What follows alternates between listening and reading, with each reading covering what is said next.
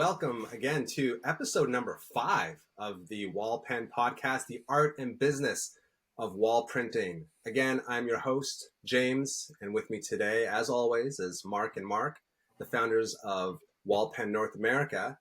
And as promised from podcast number 4, we have our special guest today, and his name is Tim Jeffs of Tim Jeffs Art. And surprisingly, for me, one of the founding members of White Zombie, which is just mind-boggling. I had no idea. So let's dig into this. Welcome, everybody. Hello. Hello. James, what's up, man? James, good to be here Nice as to be here, always. James. Nice to meet you, and nice to be here with Mark and Mark. Yeah, same. So yeah, Tim, tell us about yourself. Like we've our last podcast, we talked about how artists work with wallPen and like the collaborations between artists and even businesses. And then your name came up just because of your artwork that's in 2 locations here in the city of Toronto. And they're absolutely beautiful from what I've seen. So just sort of want to talk about your history and how do you, I don't know, I guess started as an artist, like sort of what's your path? Yeah. Yeah. So I've been doing art from day one and always had this absolute kind of love of drawing animals, even as a child. It kind of intrigued me, all the detail of animals, the variety, being able to draw all these different like shapes and textures, and mainly because I'm a real detail oriented kind of artist. I love getting in there and just doing like really real detail. I gotta say, man, I have a feeling your kid drawings of animals were way better than mine. I'm just gonna go out and say, I bet you yours are worth hanging up on the fridge. Yeah. Better than yours as an adult. Yeah, sorry. Yeah. Like you could draw left-handed, I wish it's gonna be better than mine. I wish I had any of them. They're all gone. I don't know where any of them are, but. But yeah, so yeah, that's just been something that I've always been kind of really focused on subject matter wise, and let alone just fell into the place in school, high school, that I was going to be in the arts. I was terrible in math and science and everything else, but I could draw and I really enjoyed it, and it led me to go to college at Parsons School of Design in New York City, nice. Which was in the 80s was just a great place. I grew up in Rockville, Maryland, which was kind of a small little town outside of DC. Right. It's not a small town anymore, but it was then. And going to the city for the first time was unbelievable, right? It's just like a wonderland. And meeting all these, like-minded artists that were, on all different levels made me feel like I couldn't draw at all, and so it was a very inspiring place to be, right? All of a sudden out of Maryland. And basically got there and befriended some people, kind of switching from art to music. My first roommate that I got hooked up with was Rob Cummings, who is now Rob Zombie. And we just hit it off straight off. We love the same music. We love the same movies. We were into like horror stuff and, all sorts of like, kind of more hardcore music at the time. And we just, literally started to hang out all the time. And eventually Rob had always had an inkling for music. And he said, at one point, he said, "Hey, let's start a band. You want to be a guitar player." And that was it. I was like, sure, do anything, pick up a guitar and play. Yeah. And we started to, write music and do some shows. And it was just an absolute blast because it was, it was CBGBs at the time. They just let you they let anybody get up on stage, right? Oh, cool. So it was, do whatever you want. There were no rules, and it was just a blast. And he had a real vision. I was just a side man. I was in for the ride. I loved to play guitar. I loved, I had a lot of influence from everything from Black Sabbath to Jimi Hendrix to all sorts of stuff. So I brought a real kind of strange, sound to it. But it all worked because it was just all over the place and people liked it. It was different, Did you get recognized on campus, Tim? What's that? I said, did you guys get recognized on campus as you started playing gigs around the city? The thing about the city is there's no campus at all. It was just a dorm. It was literally just a dorm, a suite of dorm rooms in a high rise, right? So the campus was New York. And the real campus was the clubs. You were just out of clubs all the time. Literally, you went to school during the day, And, at night you're at the club still 3 a.m, so, and that was No, just, big time, Tim. If you yeah, think that's crazy, just let me tell you about engineering. Holy cow! If you want to talk about crazy campuses, man, woo, you missed out, man. 7:30 woo, labs and right home to study more. Am I right, Mark? I'm not going out of turn here. Just crazy. absolutely. So yeah, Yeah, it was a great time, real good time in school. Yeah, that's that's wicked. awesome. So then, yeah, like, how did you, man? Like, I obviously can go on and on about like the whole like rock scene back then, but like where's the transition from like playing in like a band to like going back to like the art and like going back into like the design of like the animals and everything? Like, how did that sort of start to transition back? Sure. So the thing about the band is, I went home every summer to back to Rockville for the summer, and Rob and Shauna was the bass player who was the bass player in White Zombie. We were all at Parsons. The drummer Ivan was not at school with us. He was brought in by Shauna, who knew him from Brooklyn, Right. as a friend. So I left. I literally, during the summer, I went back home and they stayed in the city and they were like, "Hey, we want to continue to play." And I was like, "I got to go, I got to go back to Maryland." And they were like, "We're probably going to find somebody else." I was like, "Absolutely, go for it." So it was just a total transition like that. Now, this is Yeah. when White Zombie was nothing, right? Yeah, They, I was gonna they, they, say. they were, they, they were, when they started it, when I kind of transitioned out of the band, they were going around in a van around the country, living out of that van, Right. playing for basically for free or whatever they could get. So it was really, early times when I was there. It took them, I mean, years until they really got noticed. And when they Yeah, got sure. noticed finally on MTV, and got their thing, I was already out of the band for years. Right. Yeah, Right. yeah. And the other thing that was kind of funny, because I ran into, I'd run into them on the city all the time after school, after we graduated.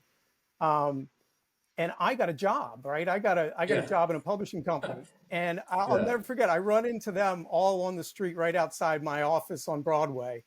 And I'm like, hey, I got a job. And they're like, we're still playing in the band. And then literally 3 years later, they were on top of the world and I had my little job. Yeah, yeah. So there was no animosity or anything. It was a completely wonderful little transition. Rob, Shauna, they're all still friends. They're great people, and I was only happy for them. It was nothing I was going to be able to continue on that path with them to where they were going. Right. And Right. Jay, who replaced me, the guitar player, was a phenomenal guitar player when they hit it big. So I mean, and I did a lot of talking with him after we remastered the old songs. So we finally went back and uh, Right. Jay went ahead and put a box set out with a numero uno group and did this amazing box set of all the history. And they mastered all my songs and put them into the box set, which was really great. Cool. Yeah, That's that's cool. awesome. So yeah, Good. it was a nice ending. It was a real great full circle. Literally 20 years later, my songs came out. So, Yeah, yeah, yeah, yeah, yeah, totally. That's super That's so cool. that was kind of the transition from me out of music and into the art realm. And what my first art realm was publishing. I got a day job. I was basically a graphic designer, doing book publishing and getting onto computers and doing all that kind of design work. And I did that for my day job while I did my art at night, and continued to always draw and paint. But it was not the thing that was paying the bills at the time. It was Yeah. really, I was doing that publishing work, and public. That's when publishing really, it was the heyday. I mean, it was the 90s were a great time to be in publishing. It was, money was flowing, literally everything was just, everything was great. And that basically gave me that daytime work that I could focus on my art at night and on the weekends. And literally after about 20 years of that, I was really back into my art and I started to draw intensely. And that's where it was about 2013 where I kind of hit again. Right. And it was kind of an explosion between, not only that I had that little bit of White Zombie, kind of in, that my art was kind of unique at this time, where I kind of threw it out right kind of when Instagram was kind of gearing up. Sure. And it was a great time to like jump into that visual aspect of the internet. And It's a great way. That's a great line. It's very true. Yeah, it's very true, man. The visual aspect of Instagram. Yeah. Yeah. I mean, those first years, I was getting 200,000 likes on everything. It was just like amazing. Wow. And the other thing, I gotta give credit to my son, because my 13-year-old son at the time, Harrison, I was literally doing those animal drawings and not showing them to anyone. I was just kind of in the very beginning, I was doing them myself. And I set up a little Etsy page to sell some prints to my friends and things like that. Sure. Harrison one day calls me at work and says, "Dad, this is going to be big." And I'm like, "What's going to be big? You in trouble or something? What'd you do?" What'd you do? Yeah. And he goes, I took all your, well, it was about 20 drawings, and I posted them on Reddit. And they were the top Reddit of that day. And literally it blogged around the world, and like some of the things got like 5 million views, and they were getting reblogged. And that started the snowball effect of where I am right now. Yeah. So, that is so awesome. Yeah. You know what? I got to give Harrison a little credit there. Yeah, definitely. That's a great story. I'm going to jump in here and I'm going to tell, just so everybody understands how we found Tim Jeffs, because we have our own story that's actually quite funny as it relates to like your artwork. This was when we had first gotten the wall printer, and I had just bought a house with my wife, and like I had this probably, what was it, Klaus, 20-foot wall in the middle of my living room. And I was like, that's it. That's what we're going to do. We're going to go big. We're going to do this wall as like our first piece. And my only thing is like, mountain scenes are great. Like landscape's cool, but like, I want something that like, it's got to slap you in the face when you go. And like, we kicked it around, and literally I was just like, you know what? I've just like made up my mind. We're going to do a big ass whale. I don't care like what kind or what this, it's going to be a big, massive 15, 20-foot whale on the wall. And we were kicking it around. It's like right in early days. Yeah, go ahead. Yeah. I was going to say the parameters were big and bold. That's what we set ourselves big at. And bold, like, whatever it was, it had to be big and bold. Yeah, sorry. Like that you would talk about it, right? And I had like in my mind a style I wanted, and I was trying to explain to my wife and Mark, I'm like, let's look for this artwork. I'm like, no, not a photograph. Like it's got to look really realistic, but I want people to know it was hand drawn. Like I don't know what to call this style, but God damn it, that's what we're looking for. Like that's what I insist on. And like I was pretty aggressive about it. Like we paid a couple of artists to do it, and I was just like absolutely ruthless. I'm like, this is not the vision. And Mark was the one, I think it was Reddit where you found it. He was doing a bunch of Google searches of like realistic hand drawn, like trying to figure out back in the day in Google, like for us as engineers, the thing is like a lot of what you're trying to do is figure out what are you queuing off of? What is this thing even called? And then I can dive into it once I know what it's called. And the phrase I think you found, if I'm not mistaken, Mark, was scientific illustration, right? It was like, it was like what you would put in a textbook as this like, and as soon as he pulled it up, I'm like, dude, that's it. Exactly. Thank God someone knows what I'm talking about. Yeah. Thank God I'm losing my mind over here. Yeah. And then I think we reached out to you and we ended up commissioning that piece. And we've ever since, it's still my favorite style by a long shot, is that hand-drawn, not photorealism, but like hand-drawn realism, scientific illustration, still my favorite to this day. Yeah. Mark, that's really interesting you say that, because when I first started posting stuff, people were saying, I don't know if you guys remember, but a lot of the old kind of manuals for computers for HTML, they had like a hand-drawn animal or something on the cover. Yeah. And those were old, picked up, very old kind of etchings that artists had done. And they were using them because they were free. After 72 years, copyright goes, and they were putting them on all their covers because it was free art. Yeah, that was the biggest kind of thing people said. Hey, this is what your art reminds me of. It should be on the cover of these books, like that, right? So that's really funny. Interesting. Absolutely. You say scientific. How many more years do you have left on your stuff, Tim? On the 72 scale? When can I just like blatantly start stealing all your crap? That's what I want to know. I'm like 85. Like I know what I want. Finally, the collection's mine. I'm old, but I'm not that old yet. Yeah. So yeah, that was really my. Oh, go ahead, James, please. I was just gonna say, like, I was like just browsing through like all the different types of animals and everything. Like, how long does a typical piece of work take? Because it's so detailed and it's like it's so realistic. It's mind boggling. Like how long usually does it take for like a piece of artwork to do? Yeah. So what I do is, first of all, my stuff, I don't consider it. It's I really like scientific illustrations, as you said, Mark, because I Yeah. don't. A lot of people sometimes will be like, "Oh, it kind of looks like a photograph."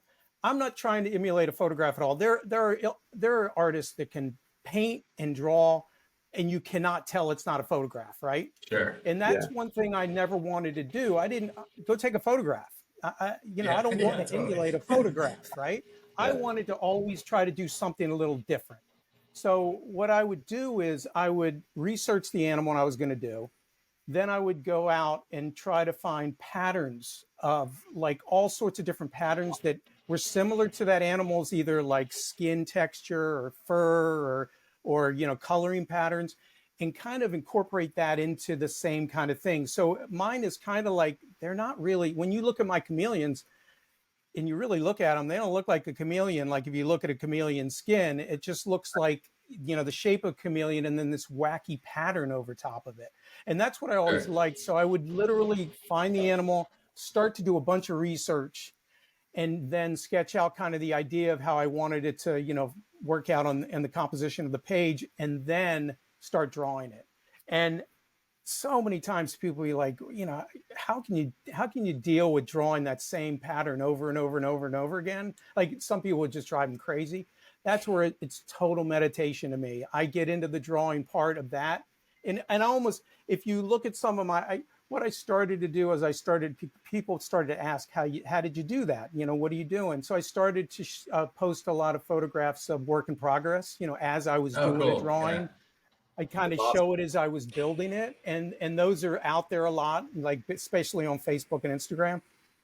And it looks, a lot of the time it looks like I'm almost like a printer, almost like a wall pen sitting there printing the drawing from one side to the other, because Sure. that's kind of how I build it. I just kind of start from one area. A lot of times I'll start from the eye of the animal because it's a fun first thing to draw on the animal, and it's kind of looking at you the whole time while you're drawing it, after you've drawn the eye. And I'll just start to draw out from that eye in all different directions and then finish the animal that way. My drawings take, James, I mean, it's kind of a hard call because a lot of times I take a lot of breaks. I'll be working on a drawing and I'll let it sit for a long time and then go back to it, and I'll have multiple drawings going at one time. But I did try to estimate out on some of the more detailed ones that were taking me like 40 hours of drawing time, like once I got down, That's insane. But the one thing I will say, and this is not a, in any way a negative comment to anybody asking me, but when people say, how long does it take you to do a drawing? I said, it takes my whole life, right? It took your whole life to Yeah. be able to learn how to get to that Yeah, point to draw. James. Yeah. And that's just me saying, like it's all about the learning process, right? It's all Right. about your life experience. It's not about that one drawing sitting down. No one's going to learn how to draw by just drawing, and it takes a long time to do the drawing. It's going to be a good drawing, right? Yeah. So What's I've always loved that in the teaching aspect of saying, hey, it's all about every drawing you do teaches you learn more in the next drawing, right? Yeah. And I love, yeah. So I I was just, gonna, I love how like each drawing is sort of like a meditative like process, right? And like sometimes totally. you may be like meditating on this one drawing and then you sort of leave it. And like when you go from one drawing to the next, do you sometimes have like different thoughts when you're working on different ones? Is it sort of like that in a way, or is it just whatever? You just switch from one to the next? I have lately, because I've been doing more series of things. Like I've been doing, like right now, I just finished something on extinct animals. So I was in this kind which of looks idea great. of thinking about like all these different extinct animals and, their existence within, the millions of years that we've been around, and, all this kind of, so that's when I'm really thinking about the idea of multiple drawings. But Right. when I'm doing those real, like on my website, which are my more detailed drawings, the ones I'm doing for the coloring books are more sketch-like, where the real detailed drawings, I'm focusing on that one drawing from beginning to end. And I'll tell you, the worst part of the drawing, a lot of people ask me, like, what's the hardest part of the drawing? The worst part of my drawing is when I finish.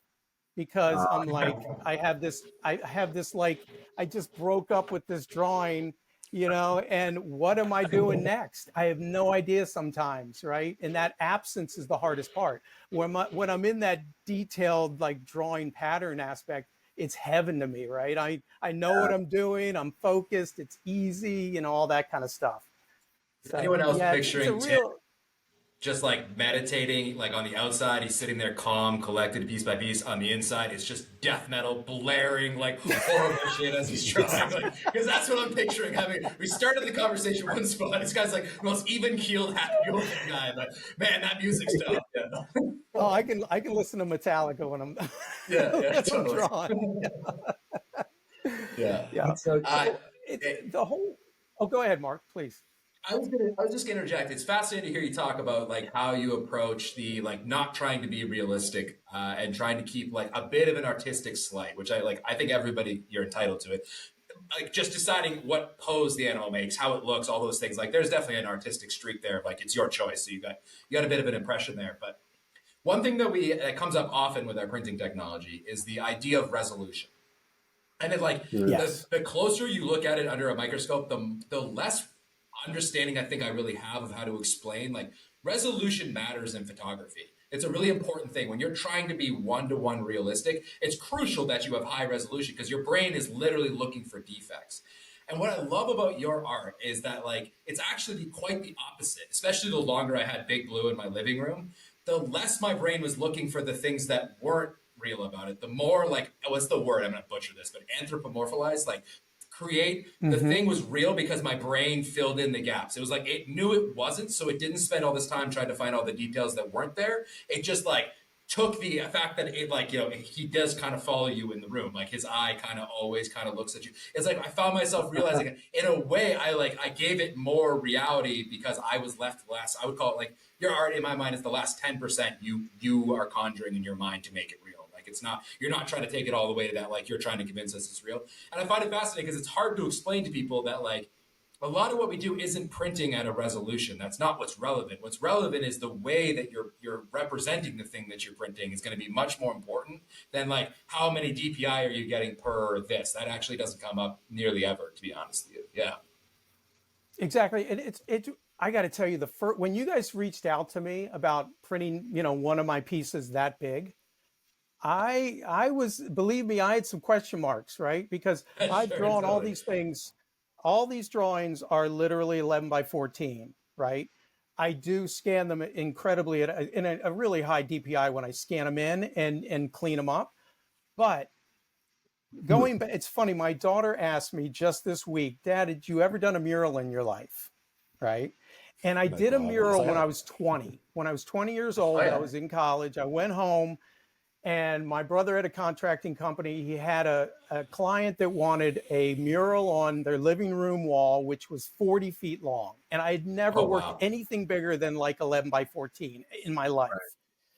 And Sure. the idea of taking something and working that big was mind blowing to me. And I got to say, I had to do it in a week, and I did it in a week, and it came out really beautiful. And I kind of blew myself away. I couldn't believe, I was scared as you know what, but it Yeah. was really quite a challenge to do. So when you guys reached out to me and said, "Hey, I want to take your drawing and blow it up to almost life size," Yeah. I was like, Yeah. Yeah. "Wait, how's this going to work?" I'm really curious about this because when I draw the drawings, I don't know if you know, but almost all the black and whites are in pen and ink. So I never erase, and every mistake is in there, right? I just continue my drawing from beginning to end, and it's a total commitment. I've liked that because it's like, every mistake is in there, right? I see all the mistakes. Most people aren't going to see the mistakes that I'm making because Right. they don't know they're my mistakes, right? Right. But when you guys came back to me and showed me the quality of what you had, it changed my world of thinking of how to do these drawings. And it was It's Oh, it's that's so it interesting. was cool. so impressive. It- It was really yeah. impressive, guys. It's interesting taking something created by hand and blowing it up to that size, and something that Mark and I would have never have picked up on because we're not artists. But one of our early offices that we rented was actually in an art community. It was an artist space, so all the spaces there were taken up by different styles and types of artists. And so anyways, we printed your sea turtle on our wall Yeah. as kind of our like feature piece within our office. And we'd invite people in to kind of show them what we did, and anything else we had, they got it. It was a machine that printed, and their brain started going. But anybody who understood the art immediately walked up to this turtle and said, oh my God, I can see exactly how he created this thing. Every stroke of the pencil, every, you know, line of the pen, they were able to cue in on, and it just like, it elicited this surreal reaction from an artist who had never seen something that you're so focused on in such a small scale, 11 by 14, to then be blown up right in front of your face. And I found it so fascinating, because this wasn't something I could ever really understand because I don't have that experience. But watching an artist consume your artwork in the flesh at life-size scale really had a huge impact on what we were doing. It really made me feel like we were onto something, and it was just like so great to see that reaction. Well, Mark, I got to say what amazed me about it when I saw the images, because I haven't seen it in real life, but seeing the images, because you guys take really nice images, you know, of everything I've done, I was amazed by it captured the kind of free flowing, you know, lines of what I was doing at a small scale, but in a big scale. Like it didn't lose anything. It kept it perfect in a way that it, you know, even if the line of the pen was all rough, it looks right, even large. It just holds together so well. I was really It's amazed. great, man. It's great because what I'd love to do, I'm just sort of thinking as you guys are talking, what I'd love to do is if you are not used to like this size, we should show how big Tim Jeffs would have to be to have drawn Big Blue. You know what I mean? Like we'll have this big 20-foot Tim Jeffs. Like, you know, because that is effectively what we're doing, right? Is like we're making this pen this big and the stroke is the same, you know? And I agree. I think there's something to be said for that, that like, like a lot of what I think we're gravitating towards in the social media, you know, and I think if anybody's on any of these platforms is like, we're moving away from the professionally polished. We're getting to much more authentic. You know, there's something more inherently interesting and human about all the little defects, all the little details that lets you know a human was involved in it. You know what I mean? And I think you can see that from like you were talking about Instagram from 2013 to where TikTok is. Like apparently TikTok, you can just turn your camera on and become a millionaire. I haven't figured out how to do that yet, but apparently like if you're 14, that's apparently like that's a college job now. Apparently, I didn't realize that was an option, right? But that's what we love about it. That's the side of the art, and certainly the technology that we look at in particular is the idea. And this is maybe something, James, you can kind of roll with as the next follow up. One of the aspects we're fascinated with you is the distribution of art. You know, we get some criticism of like you're killing art. It's like, look, man, I'm not going to sit here and say like down with capitalism, all these things. Like I get what people are saying, but we are also offering a new medium. We are offering somebody who only does a particular style, a new way of getting their art out there. You know, and I'd love to get your thoughts on this too, because you know that's something that we try to always explain. We're not trying to take your job, dude. We're trying to make you everywhere or give you a whole different way of looking at this. You know, yeah. You got to understand that whale has gotten so many views for you, for me, for you know, sharing on many different levels and getting, I hope and I believe, inspiring a lot of people, right? That would have never happened. It would have never happened unless you guys put it on that wall. Not only on the wall in your apartment, but in that coffee shop, because it was so impressive. And I'm literally, each time I repost something you guys do, it's like it's being seen again for the first time. It's just so impressive. And I in no way do I believe in any way this medium is killing art in any way. I think it's only making art, you know, more visible, which is so important right now, especially where, you know, I'm really kind of analyzing this next aspect of, you know, creativity with AI. Totally. I'm not making any judgments right now. I'm listening to everything. I'm watching and kind of seeing what happens. But what I've seen so far is that the human hand is the human hand, and it has a very unique quality, and I believe it's going to have its own path, and it's going to be fine. Nothing's going to in any way take anything away from that. And that's where I feel what you're doing is doing that. You know, you're taking the human hand, at least my human hand.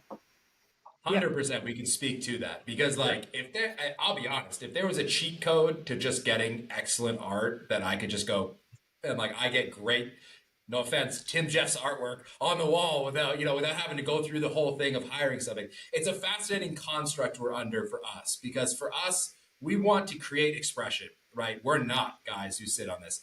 If you look at it, I'm going to pass this over to Mark because he does a much better job explaining this than I do. But if you look at what we typically do for a client, because we offer art services, right? We're not artists. We're like somewhere between graphic design, art, and then like just art curation. And I think the word that I would use, and I'm stealing Mark's here, is like, there's lots of guys that are good at Photoshop, but to have vision, to understand why we're doing and what we're doing, that requires, man, I probably only about 10% of the stuff that I propose do I actually go, I think that's going to look good. You know what I mean? Like, I think it's like a cool art piece, but I don't know if it's going to look good there. And that's really what the client's talking about. Mark, I don't know if you want to talk about some of the curation we do. I'd love to get your thoughts on this, Tim, but yeah.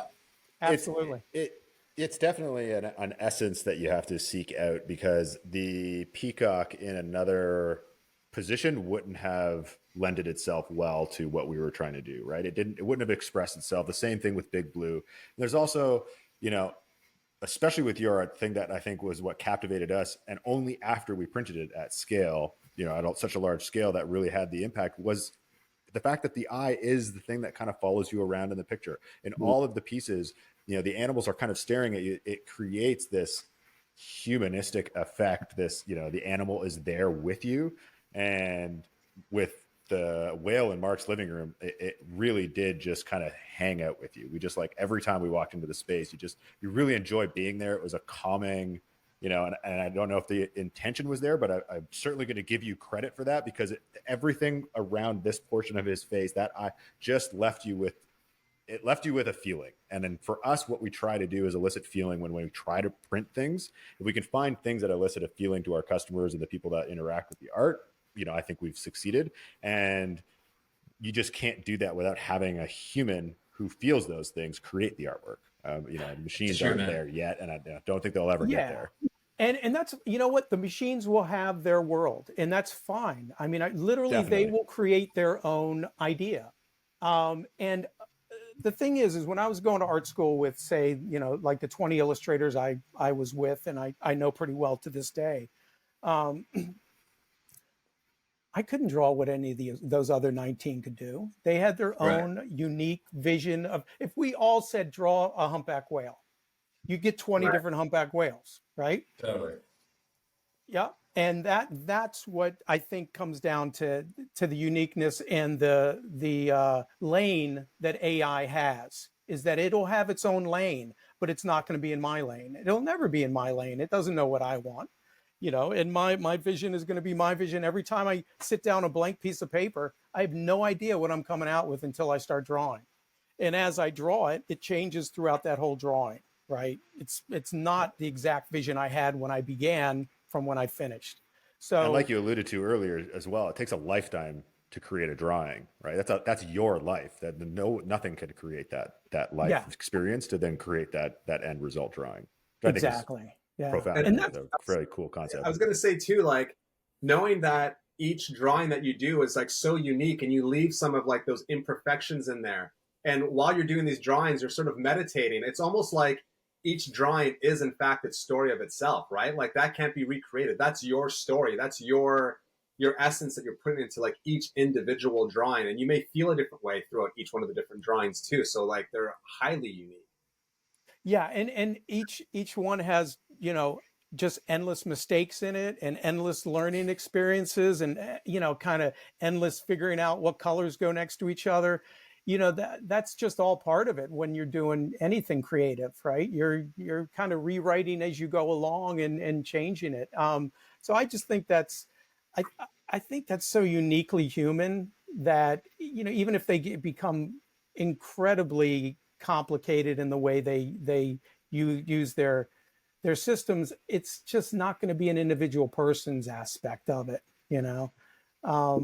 So yeah, what you guys have done with my art has literally, I really want you to know this, that you opened up my realm of vision in a lot of ways of thinking. Cool, man. When I saw those pieces printed in that shop, which I have to visit, I haven't visited yet. it really changed this idea that people are going in and seeing my stuff on a daily basis. I mean, and in any way that it inspires them or gives them a thought, especially with the wording that you guys put under the whale, which was really, meaningful. And you took my vision of that drawing and brought it to a new level. And that's what I was really kind of impressed by. What I'd be curious to do now, just hearing like going through all of this, is I'd love to interview one of the baristas at that coffee shop who walk in the morning and Yeah. interact with the whale on a daily basis. Because again, in your living room, Tiz, he was a buddy, he was a friend. Like it was a sad day when Mark moved out of his house because we knew we weren't going to see that version of Big Blue again, right? And actually, Tim, you'll be pleased to know cool. I sold my house. Like the dude who bought it full on kept it. It's a 15-foot. It's like leaving a pinball machine in your laundry room. Like you gotta really love this thing, man. He literally was like, no, don't paint it. I love it. I'm keeping it. 100%. Yeah. And you can also see it from the street. If your blinds are open, then a whole neighborhood can see it. Like it's the whale house. Definitely, it's the whale house. Yeah, 100%.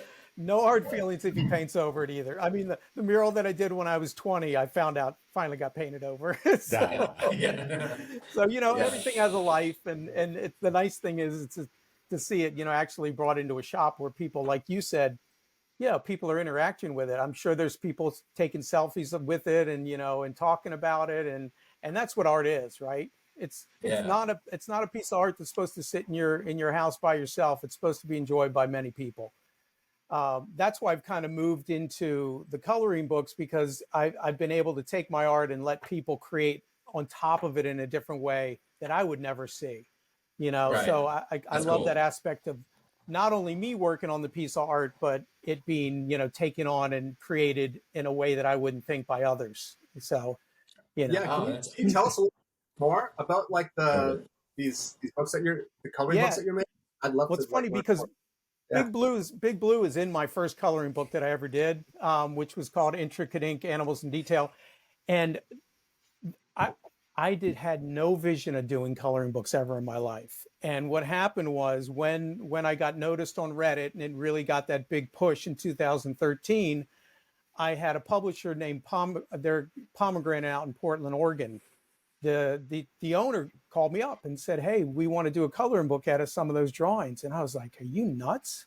I mean, who's going to color those detailed drawings?" Like, coloring books have, big white areas in between you fill in, right? Not all these detailed patterns. And I was like, "Really? You want to do this?" And he goes, "Yeah, we'd love to take 50 of your drawings and publish them in a coloring book." And I said, "All right, let's try it out." And they did this beautiful book. I mean, that was the nice thing, is that I have to say I've been very lucky to been hooked up with some real quality people like you guys that really care about doing quality. And they were a quality publisher that really printed only art books. They do art books and art calendars, from famous artists like, Van Gogh and, all these like kind of old masters. So they printed this hardcover coloring book, 50 pages. Coloring books are never this thick. They're, really high quality paper. And, it goes out and I'm like, it's just going to be, in my mind, it's going to be crickets. Nobody's going to color this thing. And all of a sudden, on Facebook, all these people started sending me images of them coloring the pictures, and like, that's so cool. Better than I could have colored, like there were like things that were totally inspiring me. It was like, wow, this is beautiful. And I had a real nice woman in the UK that reached out to me and said, "Hey, I bought your book. I'm too scared to color in it. It's just going to sit on my coffee table." I said, "No, don't do that. Just color in it. Just take a page, do anything." And now she is probably one of my top colorists. She runs my Facebook page, completely. We have a Facebook group of about 10,000 followers that she does contests with, and we give books away, and people from all around the world, like literally all around the world, China, Russia, the UK, Europe, Africa, that are all members and post these amazing colorings. So the coloring book I did 5 with Pomegranate. One kind of led to the other with them, which was really nice. And then I started to put out my own because the colorists are like, and I'm sure, Mark, you know this about puzzlers, you can't give them enough, right? It's like they'll color your book. You give them their book and they're done in a week, like, and they're Yeah, like, do you yeah, have yeah. more? So These take I 40 hours to draw. Like, each one takes 40 hours. Yeah. exactly. And the publisher, Pomegranate, it took them a year to put a book out. It was like a Right. whole Yeah, sure. process, right? Yeah. It's not like, Yeah. Yeah. Yeah. you not only you have to get it printed, you got to get it out into, distribution. And then I was only getting distribution in the United States, and all the people from around the world were like, how do we get the book? Totally. So Yeah. Yeah. I started to self-publish. I went and started to self-publish my own books, which I could do out of Amazon and basically the Kindle publishing. And I Sure. could get them I could get the books out faster. They were distributed instantly around the world because Amazon, you can buy an Amazon, Spain and get my book. So I was able to give them a lot more product quicker. And then what I did finally in the end, because that wasn't even enough, is that I went to digital books. So I Oh, started to cool. take the books Yeah. and Sure. create them into PDF download. The people could download them to their house. And I wanted to make it less expensive for people because some people just don't, they don't have that much money to sit there and buy, a full book that costs 20 something dollars in shipping. I could Sure. sell them a digital book for $10. I gave them full rights to print the images as many times as they wanted so they could recolor the pages and not have to worry about ruining the book. And it really created this great community. So it was really cool. Yeah. And then I That's didn't super cool. realize how coloring was such a therapeutic thing. It really does help people with mental health a lot. And, Sure. it really was this kind of aspect of not only, helping people out through their, some of the issues they were suffering with, but introducing them to all these animals that are endangered, and they didn't know about. And I was able to teach them in the books. I, explain about the animals. And so it was really a community of this awareness of, kind of animal lovers, which is everything I ever wanted because I've pretty much drawn animals my whole life. Yeah. So it's been Yeah. great. Yeah. True. That's That's awesome. awesome. Like, I even think about like my kids, like they're like under the age of 5, and like my wife will have like these very like intricate like coloring books. I'm definitely gonna get yours, but like there's so many times when they're sort of like restless or they just don't know what to do, and you give them like one of those coloring books that is like super intricate, and they'll just take hours upon hours just to like sit there and just fill it in all nicely, and they're taking their time, and I guess it sort of like relates back to like the initial creation of the drawing, right? Or like you're meditating. So now you're sort of passing on like that meditative state to like other people. It's awesome. Absolutely. One thing I wanted to tell you guys is that I did a speech one time in Princeton, New Jersey, to about my books, and it was a children's books toy store that kind of promoted it, and they printed this huge print of one of my drawings, and they had it on the wall for people to color. They could just, it was one of the black and white ones. And you would not believe how everyone got into going up to that wall and just coloring anything on that. So if you guys ever think of printing a black and white image, just gonna talk to you about I'm this. telling you, Yeah, 100%, man. Because like adult coloring books, well, an adult coloring wall. Like I already have a wall picked out. I mean, not in my shop, but it's like 10 feet. And so we were going to talk to you about basically doing some more collaboration of like, I wanted to do something that people could come up and have a tray of pens, right? Like Sharpies or something, and go through and go and color it. We'll just do it, I don't know, 6 open houses. You can go up and kind of color your own aspect of it. 100%, man. We love that idea. absolutely. Especially kids' rooms, I mean, things like that. Yeah. it just breaks the ice. Everybody will do it, and there's no. The main thing is there's no rules. People can do anything on it. You just let them, if they want to write their name, if they want to color, this or do that, doodle on it. It was like really one of the like such a pleasurable experience that I had. And people were begging me to do posters, but posters were just too expensive for me to produce, right? Because you got to do a big print, and then shipping it is expensive, especially, worldwide. So yeah, I mean, I'm all in with you guys if you want to do anything like that and get some, get a black and white. The other thing is that I have a lot of drawings you probably haven't seen that are in my books, the coloring books that I send out. So I can always share those with you. You guys can see, hey, this one would work best, or if it was one of the detailed ones too. But yeah, absolutely. Full No, in on that. that sounds great. All right, well, we're gonna book that. We'll keep everybody like nice and titillated here on what we're gonna do with that. But count it in, 100%. We're gonna put that in Asheville. I've already got a spot for it. I was like just kicking around with Mark before we hopped on here. But like, the other thing I want to talk to you about, and this is again just totally out there, putting on the spot. We have like 15 operators already with machines now all over the country and growing like 2 or 3 machines a week. Like we are hitting the asymptote of these things. Just on the thought of distribution, we'd love to collaborate with you on a deal where our operators, we're not the only ones that are going to want to do adult coloring books. We're not the only ones that love Tim Jeffs, like Scientific Reality. Like, but this is more of an open-ended discussion of like, when we say we curate, one of our favorite things to do is go on Instagram and try to find something somebody's done at that 11 by 14 size and say, hey, we'd love to like take your thing. This client loves this aspect of your work. We'd love to do it. Can we reproduce this work? We just don't know exactly how to go about that collaboration of like, it's sort of like calling somebody on the phone now. It's like, how do I not sound like a scammer? You know what I mean? It's like, hey, just send me a high-res image of your thing. I promise this is really above board. I'm not going to steal your thing, these days. But the idea that, as we sell this machine, as the wallPen E2 is being distributed, like we're really opening the door to like distribution of like, if this is a single story of Tim Jeffs with concept ink, what we've done, like we're talking about potentially by the end of, the decade, hundreds of machines, thousands of machines out there that are going to be able to all replicate and add to this storyline of like, how do you take this and elicit a feeling in space? One of our big like ethos that we spend. Love to hear your thoughts on it. We'd love to collaborate with you if any of our operators are out there. If there's an avenue for us to open the door to say, how do you get with Tim Jeffs? How would that look to you? Those kinds of things. Putting you totally on the spot with this, but we do have a lot of more machines than we did when we first started working with you, which was 2 at the time. Exactly 2. Yeah. Exactly. Hey, I'm all in. I'm open to anything. I really am open to talking to anyone about any ideas. I mean, the more I can get my art seen, the more I can, have people inspired by it, the better. Nice. I've been doing, I don't know if you've seen, you guys, I really want to get you guys some of the new pieces I've been doing, which are collages of a lot of my drawings.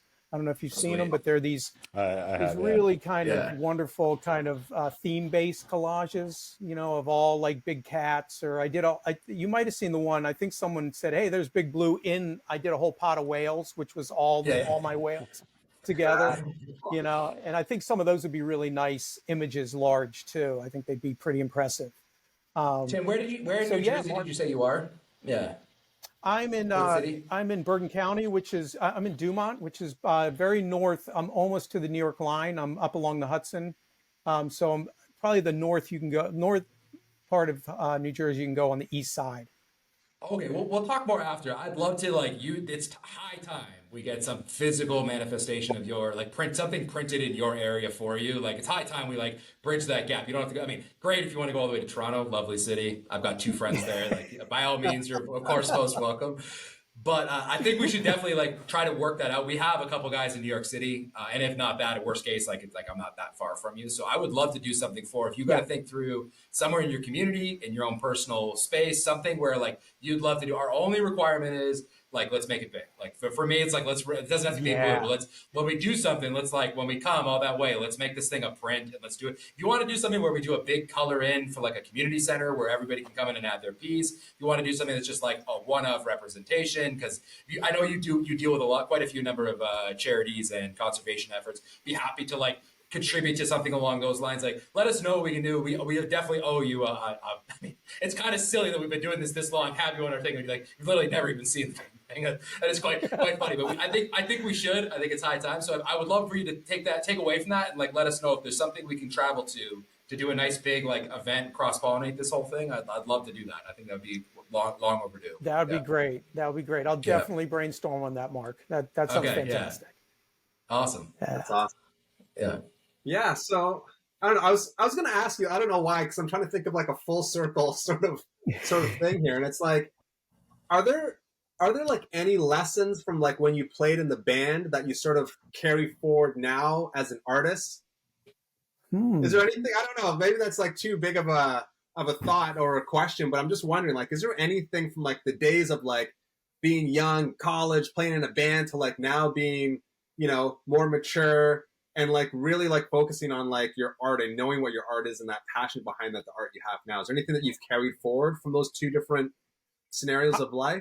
I think one of my biggest lessons, and I try to teach to people, is that mistakes are your friend. I keep going back to mistakes because literally when I started in that band, I got up on stage not knowing what I was doing. I had no formal musical training.